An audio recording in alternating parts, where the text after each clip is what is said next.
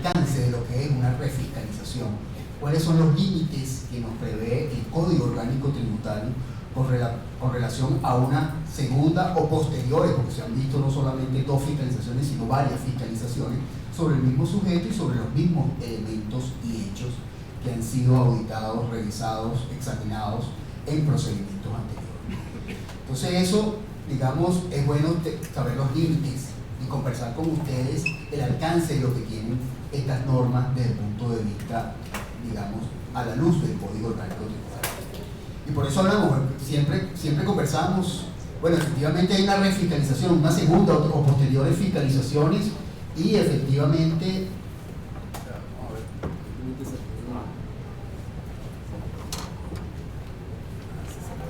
¿qué pasó? Se cayó la imagen. Me parecía raro.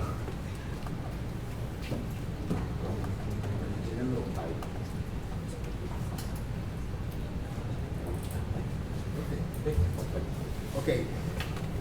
Conversábamos entonces de que efectivamente estamos hablando de unas segundas o posteriores fiscalizaciones sobre los mismos elementos, y hasta dónde queda entonces una garantía constitucional o derecho civil del debido proceso, de que nadie puede ser juzgado o procesado dos veces por los mismos hechos, por las mismas situaciones. ¿Cómo entonces encuadra eso dentro de la fiscalización? Vamos a ver algunos detalles de que no es absoluto ese principio, de acuerdo a las diferentes normas que tenemos vigentes. Vamos a comenzar entonces.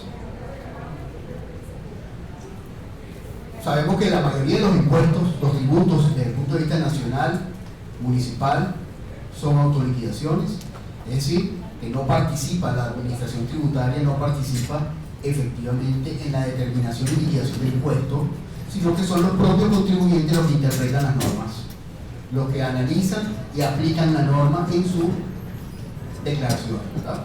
Lo que tiene la administración es ese control posterior, ese control, digamos, después de efectuada la determinación y liquidación por parte del contribuyente, le queda lo que es revisión. Y eso está determinado, normado, esa forma en que va a hacer las revisiones, la forma y los pasos que debe observar la administración dentro de esa facultad de revisión que tiene. La primera es la que conocemos mayormente, la conocemos como el procedimiento de verificación. Es un procedimiento simple, sencillo, comparativo, nada de investigación, simplemente de obligaciones formales, algunas obligaciones materiales de bajante de retención. Es un procedimiento simplemente de constatación. Luego existe otro procedimiento que es efectivamente el control de omiso. Control de omiso que no se está ejecutando, pero que está en la norma, donde en ausencia de las declaraciones, cuando el contribuyente no autoliquida y determina el impuesto, la administración tiene un procedimiento para estimar un impuesto posible por esa omisión en la declaración. Procedimiento, como les digo, en la práctica muy poco usado, pero está dentro de las facultades de la administración tributaria. Y el último de los elementos de los procedimientos que tiene la administración, que es la de fiscalización y determinación, que es verdaderamente la auditoría, la revisión a fondo, la efectivamente aplicación de la facultad plena que tiene la administración tributaria de determinar y hacer posibles ajustes a la autoliquidación por parte del contribuyente.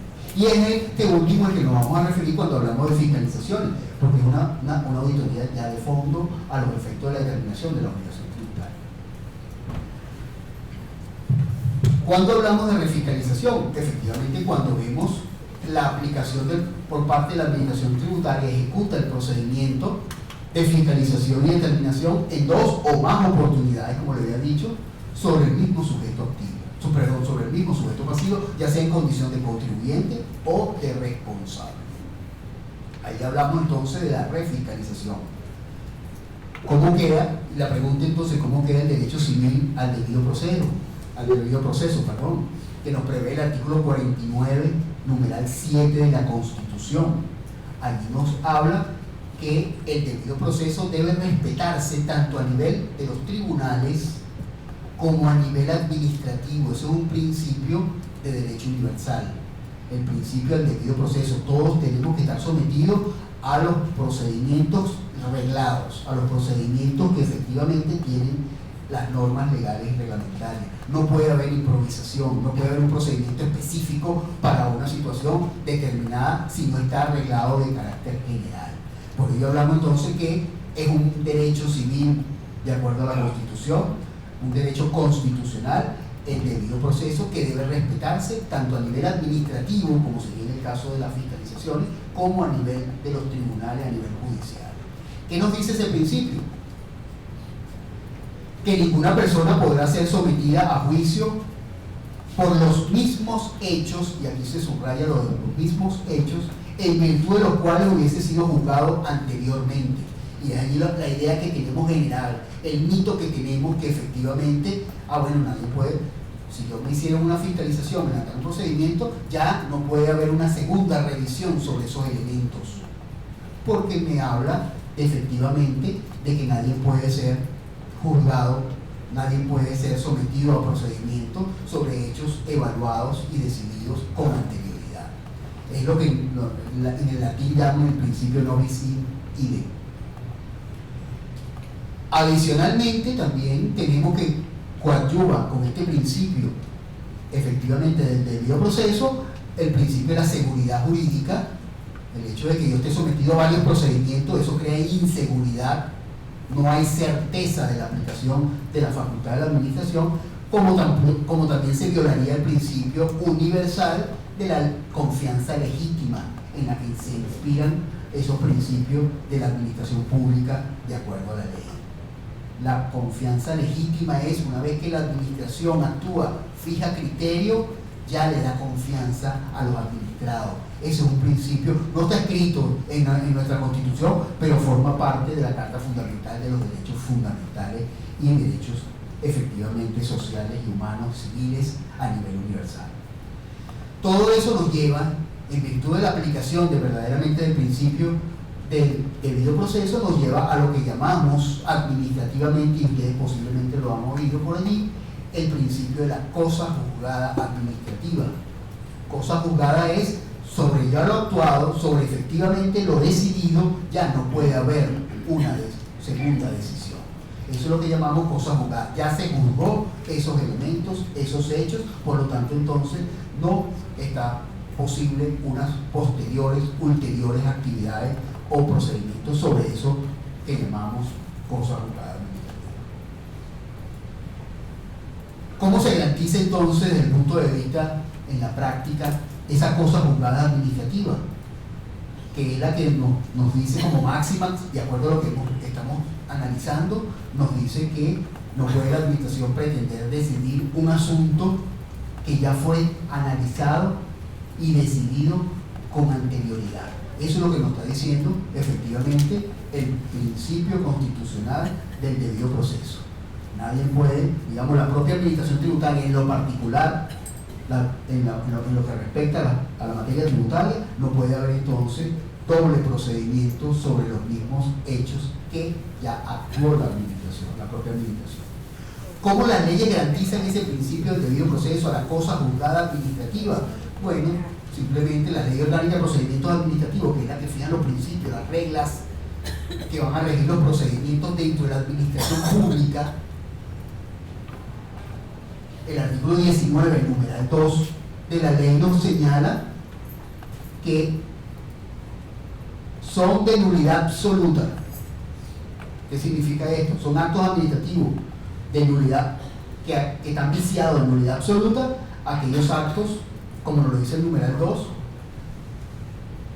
cuando resuelvan un caso precedentemente decidido con carácter de definitivo. Entonces, una segunda actuación sobre un caso ya decidido, la norma general administrativa nos dice esa segunda actuación está viciada de nulidad absoluta.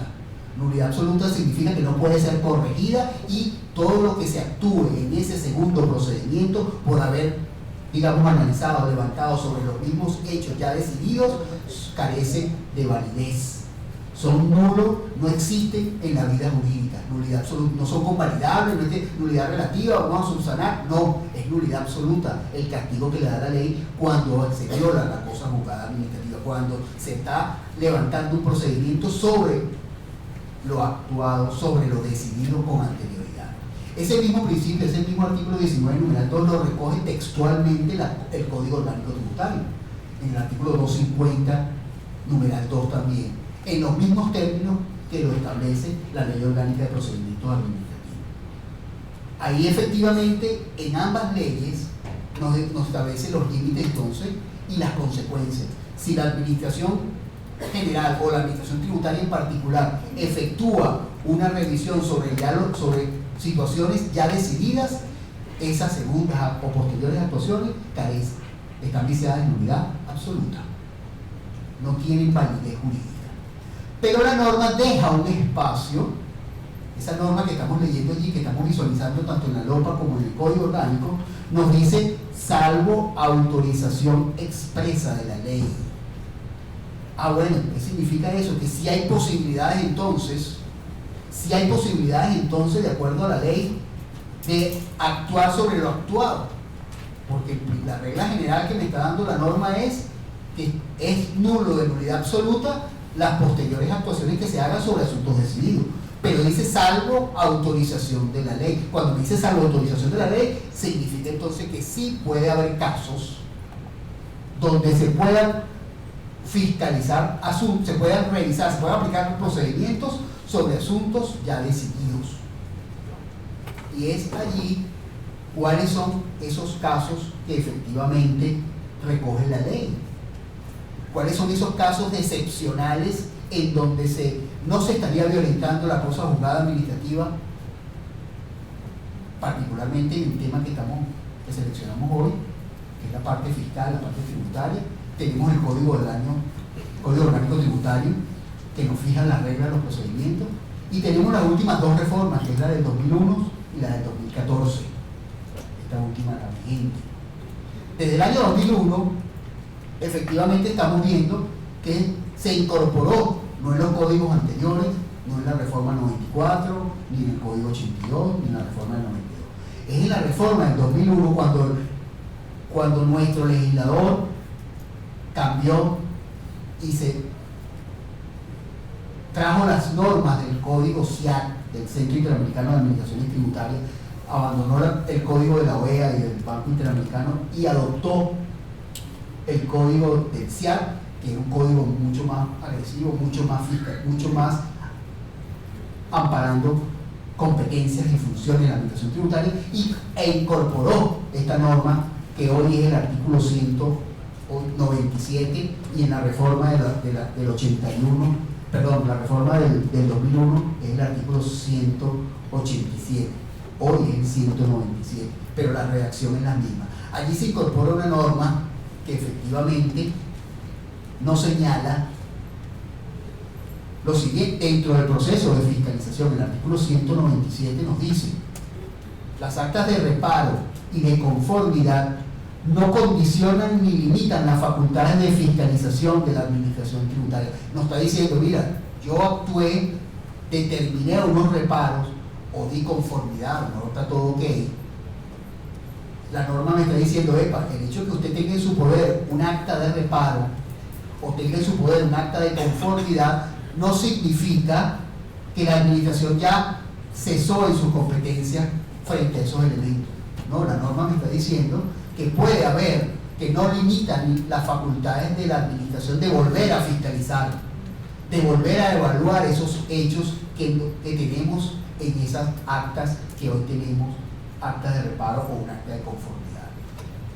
Siempre y cuando, esa excepción que nos trae el artículo 197, siempre y cuando se den las condiciones que establece ese artículo 197, que la vamos a ver con detalle, porque es aquí, digamos, la información que debemos llevarnos en esta mañana del día de hoy. Entonces estamos viendo que ya la norma, ya la cosa juzgada está, digamos, efectivamente sobrevaluada, en que sí puede existir, porque la ley puede autorizar casos donde se reevalúen, se reanalicen situaciones que han sido evaluadas en procedimientos anteriores. Y el código, haciendo uso de esa excepción, recoge desde el año 2001, en su código orgánico, recoge entonces el contenido del artículo 197 y dice: el hecho de que la administración levante reparo o en las actuaciones de conformidad, efectivamente no significa que la administración ya cesó en sus competencias frente a esos elementos contenidos en esa acta. ¿Cuáles son esas condiciones, a pesar de que estamos en la excepción al principio de la violación de la cosa juzgada administrativa? Debemos entonces interpretarla de manera restrictiva. Son solamente refiscalizables, es decir, se puede levantar nuevamente el procedimiento siempre y cuando se den las tres condiciones que me da la norma. No existe una cuarta. Son esos tres supuestos los únicos en que la administración tiene que basarse para una fiscalización segunda o posterior fiscalización sobre los mismos elementos hechos o documentos. Solamente esos tres elementos, que es lo que debemos fijar para los efectos. Estar en una situación distinta a esas tres es totalmente violatorio de la cosa juzgada administrativa, y esa segunda actuación sería nulidad absoluta si no está basada en esas tres diferencias. ¿Cuáles son esas tres condiciones en que efectivamente se está autorizando a la administración tributaria volver a actuar sobre lo actuado? Vamos a ver el primer caso. El primer caso es: podrá refiscalizar la administración tributaria los tributos, periodos o elementos de la base imponible no incluidos en la primera fiscalización. Eso no es una refiscalización, porque aquí ese supuesto lo está diciendo en el 197. Bueno, voy a fiscalizar algo que no estuvo dentro de la primera fiscalización. Por ejemplo, voy a fiscalizar impuestos sobre la renta del ejercicio 2016 y termino con reparo, con conformidad. Bueno, yo puedo entrar a ese contribuyente otra vez en impuestos sobre la renta del ejercicio 2017, 2018. Bueno, porque no estamos hablando de una refiscalización. Podrá ser a la luz del contribuyente, bueno, está sometido a una refiscalización. Pero desde el punto de vista estricto, técnico, no hay una refiscalización. Cuando mi segunda fiscalización efectivamente se basa en elementos no analizados, en ejercicios, periodos o elementos de la base imponible no analizados en la primera fiscalización. Por supuesto, si vamos a verlo desde el punto de vista de la norma, eso sería una refiscalización. Por supuesto, está habilitado refiscalizar a ese contribuyente sobre periodos, elementos o tributos no incluidos en la primera fiscalización. Perfecto, totalmente viable, porque no ha habido juzgamiento, no ha habido, digamos, decisión de esos elementos nuevos. Entonces se puede refiscalizar.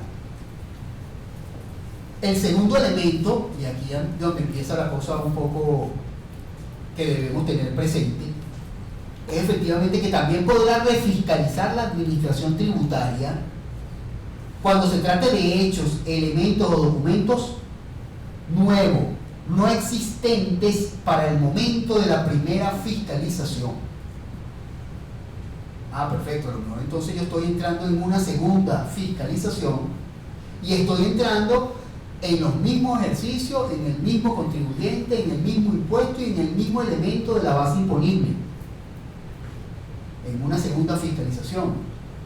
Pero resulta que efectivamente la primera fiscalización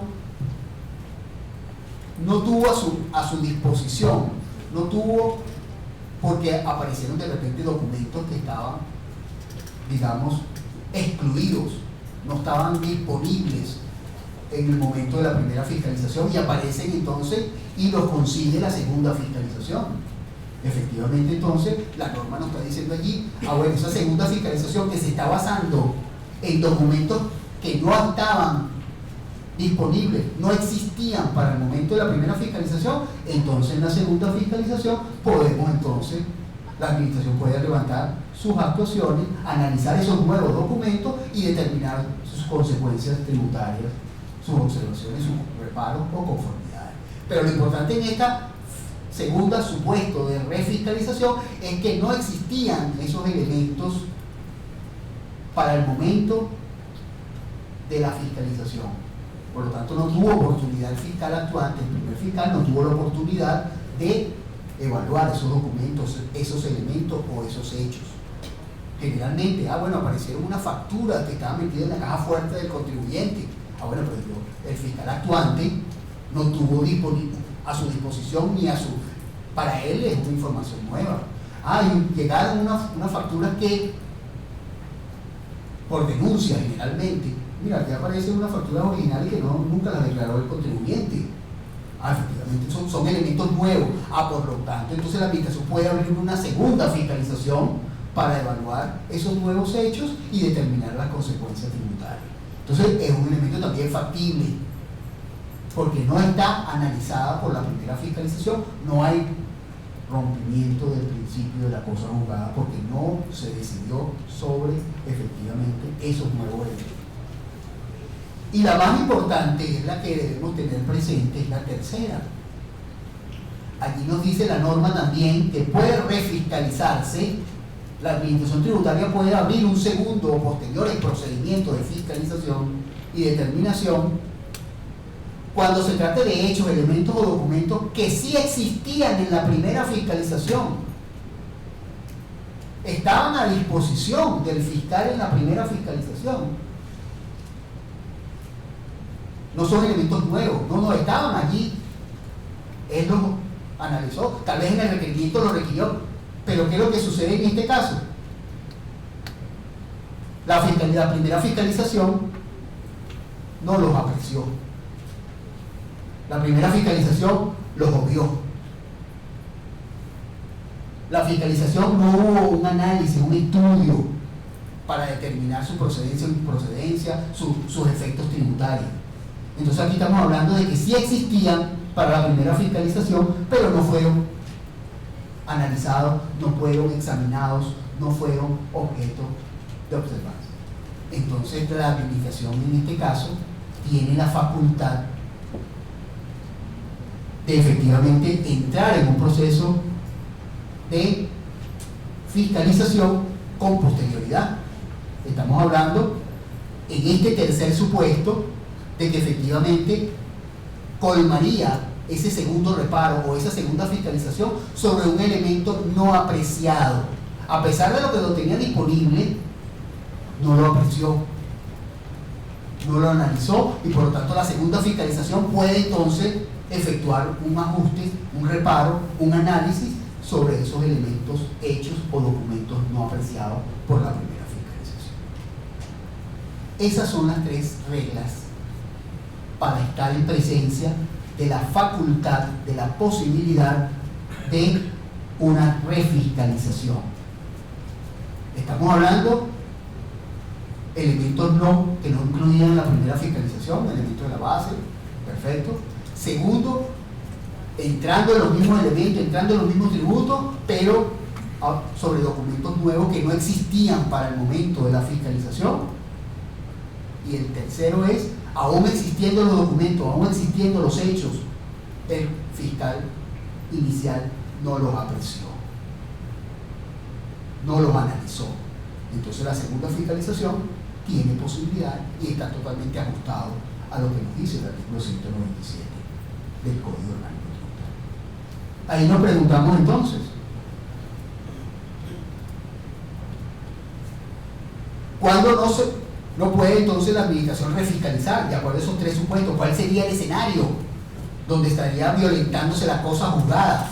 ¿Cuál sería el escenario donde la administración refiscaliza indebidamente y estaría incluso en una violación del principio de la cosa juzgada administrativa y por lo tanto nulidad absoluta en esa refiscalización cuando se dé este único supuesto?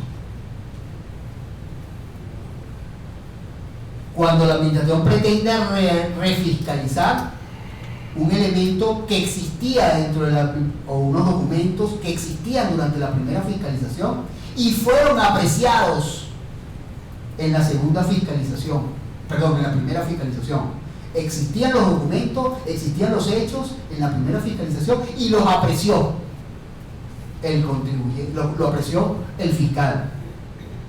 Entonces, estamos hablando de que entonces ya la administración pierde la competencia de refiscalizar esos elementos. Como vemos, la refiscalización sería improcedente solo en este supuesto cuando se refiscaliza sobre los elementos existentes para la primera fiscalización y analizados en la primera fiscalización. Esa segunda fiscalización entonces quedaría violentando el principio de la cosa juzgada administrativa. Si existía y no se apreció, entraría en la tercera regla de que sí puede ser objeto de refiscalización. Como vemos, como nos estamos dando cuenta de acuerdo al análisis de la norma, pareciera entonces que efectivamente es importante para llegar a esta conclusión, para ver si es ilegal o no es, o es ilegal o legal la actuación en una segunda fiscalización, tener claro esto. Pero ¿cómo sé yo, cómo determino yo el alcance de una fiscalización? ¿Cómo sé yo si lo apreció o no lo apreció el fiscal, los hechos o los documentos o los elementos que él está allí, para estar si lo evaluó o no lo evaluó? Por ello es la importancia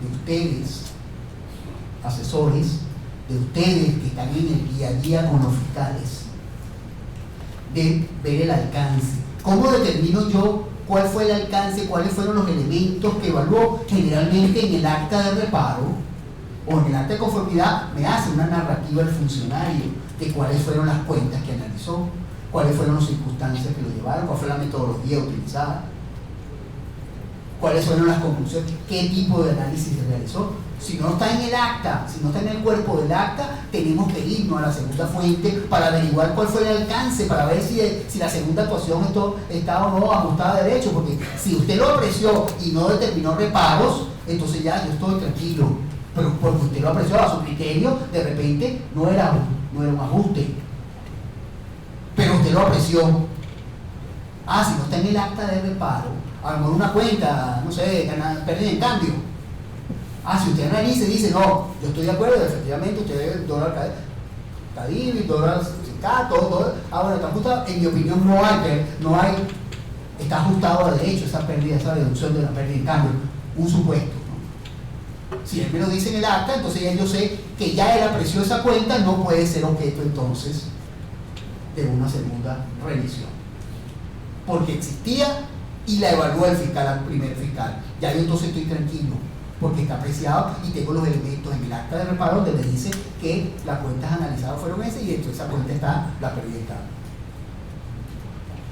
Si no lo hizo en el acta fiscal, vámonos al expediente que se forma con todas las fiscalizaciones, como lo ven en el artículo 183, si no recuerdo, del Código Orgánico Tributario, que toda fiscalización debe extenderse en un expediente. En el expediente administrativo están los papeles de trabajo, están digamos las cédulas de trabajo, están todos los elementos, las pruebas analizadas. Ese expediente es abierto al contribuyente, es público para el contribuyente. Entonces, si no tengo los elementos, ¿cuál fue el alcance? ¿Cuáles fueron los diferentes elementos evaluados por el fiscal? Vámonos al expediente, pidamos el expediente administrativo, pidamos copia simple. Ahí está un informe fiscal, generalmente los fiscales que no trasciende al contribuyente, donde él dice cuál fue el detalle de su auditoría. En ese informe fiscal que forma parte integrante del expediente, ahí podemos ver el alcance, qué tanto apreció o no apreció el fiscal.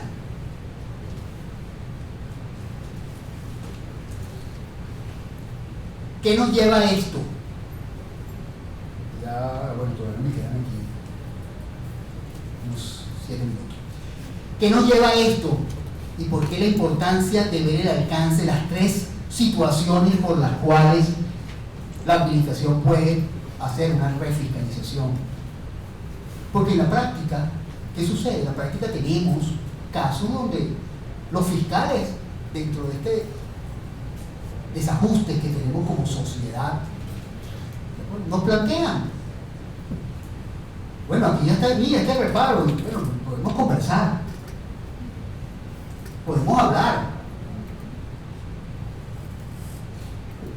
No sé, seguramente ustedes se han topado, no solamente en las revisiones fiscales que son deberes formales, no, estamos hablando de auditorías, estamos hablando de fiscalizaciones, donde inclusive magnifican el reparo para los efectos de establecer, como dicen ellos, sus honorarios profesionales.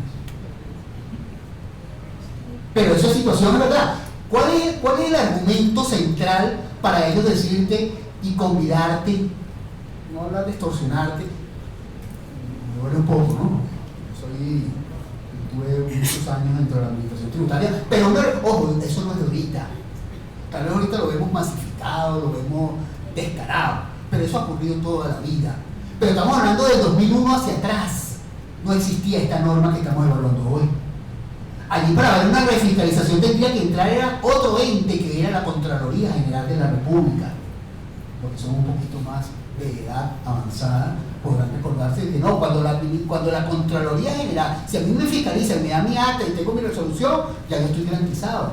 Tendría que entrar en la Contraloría cuando evaluaba al señal, cuando la Contraloría evaluaba la Administración de Hacienda, y podía llegar al contribuyente, pero examinando las cuentas activas de la Administración tributaria, no directamente como lo tiene hoy la Administración desde el 2001 hasta ahorita.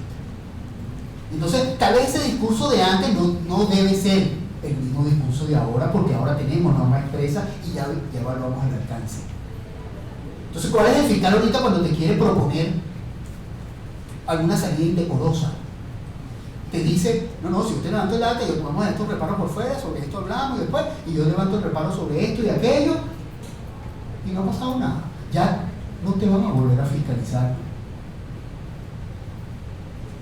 Si yo y nadie va, cuando tú le enseñas el acta al otro fiscal que venga, no, ya él no se va a meter con su ejercicio, con esos impuestos, con esos periodos, no se va a meter. Y esa es la garantía que te brinda el funcionario. La garantía es que no, ya con el acta que tú tengas, se lo muestras al fiscal y él haga otro ejercicio o se va para otro lado. Porque nos respetamos entre nosotros. Ese es el argumento, porque él no tiene otro elemento. Él tiene que darte a ti seguridad para que caigas en el juego. ¿De acuerdo? Entonces, efectivamente, él te dice, no, ya con el acta, pues yo poniendo 3 reparos ahí de 3 bolívares, eso ya está entonces garantizado todo el ejercicio. El periodo y todo, y el impuesto. Ya no te van a volver a fiscalizar. Ese es el argumento. Ya sabemos que es falso. Nos está estafando. Además que nos está extorsionando, nos está estafando. Porque nos está mintiendo, nos está engañando.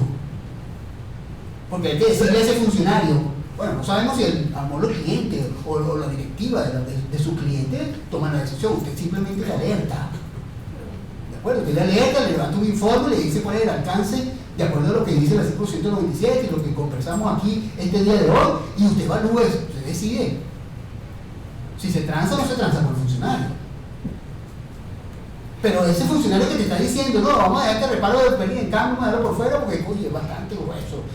Y sobre eso vamos a fijar los honorarios, lo que te estoy dejando por fuera. No te voy a levantar ese reparo, pero yo te levanto 3 gastos sin comprobación, una retención en no efectuada, y ahí estamos listos y ya cerramos el acta. De acuerdo a lo convenido. Pero sobre esta cuenta que analicé, que sabes que está reparable 100%, vamos a transarnos ahí, ¿no? También un 30%, 20% de ese reparo, de ese impuesto que genera, y ahí nos quedamos.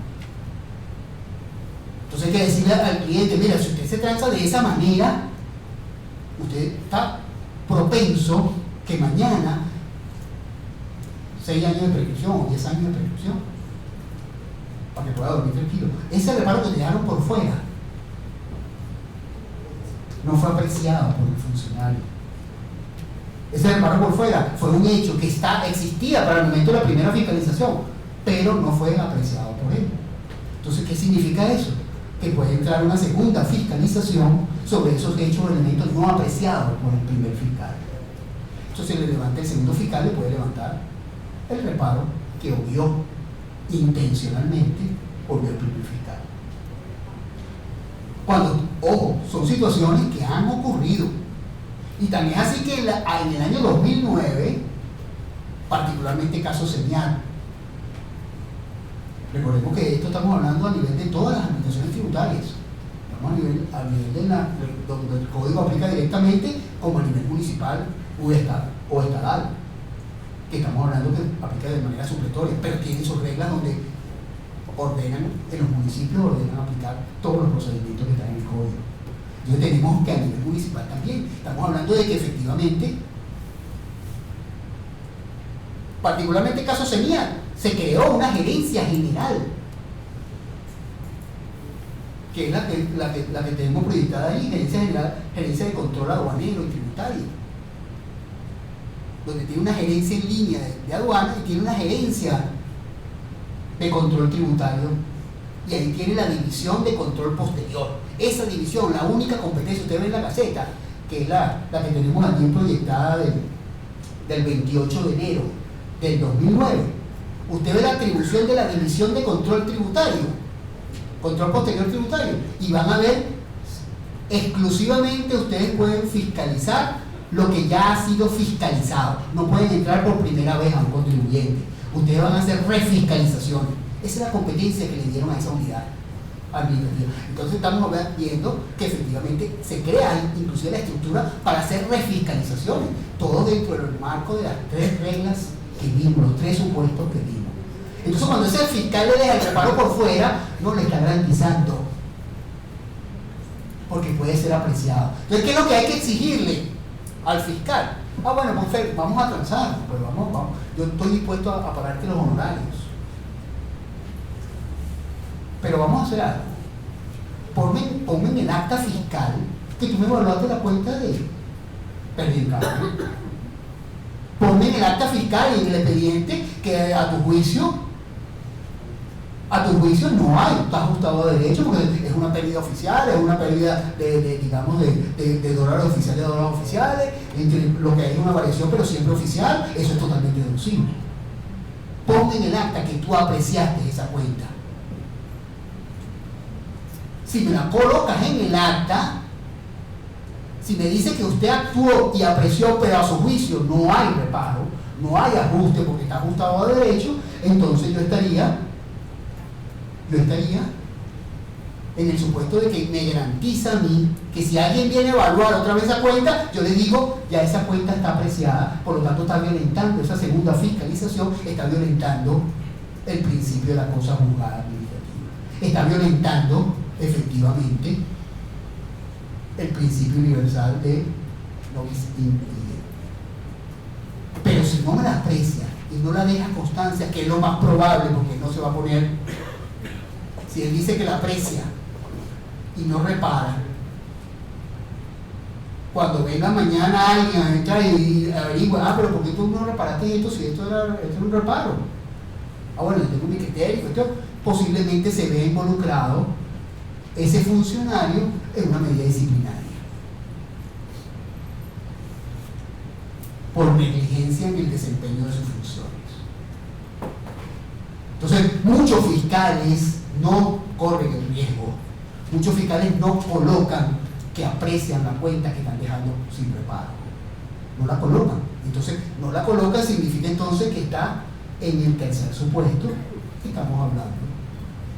¿Existía la cuenta? Sí, pero no fue apreciada por el funcionario. Por lo tanto, entonces la refiscalización es totalmente ajustada a derecho. El alcance, y con esto ya vamos concluyendo, el alcance efectivamente de la narrativa, de la motivación del reparo, como de los contenidos del expediente, me dan a mí la certeza si efectivamente está o no está apreciado por el funcionario los elementos para los efectos de una refiscalización. No creamos un impuesto chino entonces. Debemos llevarnos este día de hoy el análisis del artículo 197 del Código Orgánico Tributario vigente, donde están los 3 supuestos donde efectivamente puede existir y es totalmente ajustado a derecho la refiscalización. Ya hay 2 sentencias de la Sala Político-Administrativa que han ratificado la constitucionalidad de este artículo y en casos particulares la competencia en las refiscalizaciones. No creamos entonces que efectivamente estamos blindados con el acta de reparo. Ya cesó la competencia de la Administración Tributaria de refiscalizar esos elementos contenidos en el acta. No es así.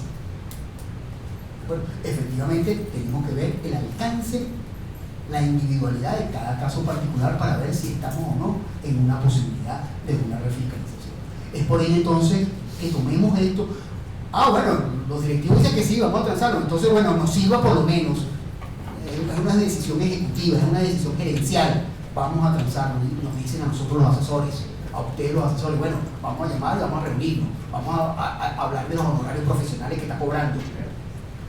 Pero digámosle en la cara al funcionario, digámosle en su cara, tú te has leído el 197, Tú me dices que yo estoy blindado con ese reparo que estás dejando por fuera. No seas mentiroso. No seas mentiroso. Porque eso no es así. Ese que me estás dejando. Ahora, si usted, para poder transarnos, exige, porque a lo mejor ¿no? Quiere sus reales, está tan necesitado que te dice: yo pongo en el acta la cuenta, pues la pongo allí, perfecto, es lo ideal, es lo que debemos sugerirle. Póngame el acta, méteme el expediente que analizaste las cuentas, toma el requerimiento, toma los documentos de esas cuentas y, señores, ese sería el ideal si la directiva decide transarse. ¿De acuerdo? Pero efectivamente que dejármelo por fuera se corre. Entonces decirle: mentiroso, me estás engañando, eso es una estafa. Entonces nos sirva por lo menos para bajar los honorarios profesionales. Pero cuando ya le digas que no está blindado, que es mentira, que existe una gerencia general, si estamos hablando de caso señal, hay una gerencia general dedicada exclusivamente a estas refiscalizaciones que se creó en el 2009, entonces aquí no me engañes. No me engañes. Entonces, va bien, entonces me debe cobrar el bien. No, yo te voy a dar el 5%, el 3%, el 5%, 8%, porque lo que quiero es que te vayas. Porque no estás siendo sincero conmigo. Esta reflexión es la que efectivamente entonces les dejo en la mañana de hoy. Espero haber contribuido con ustedes.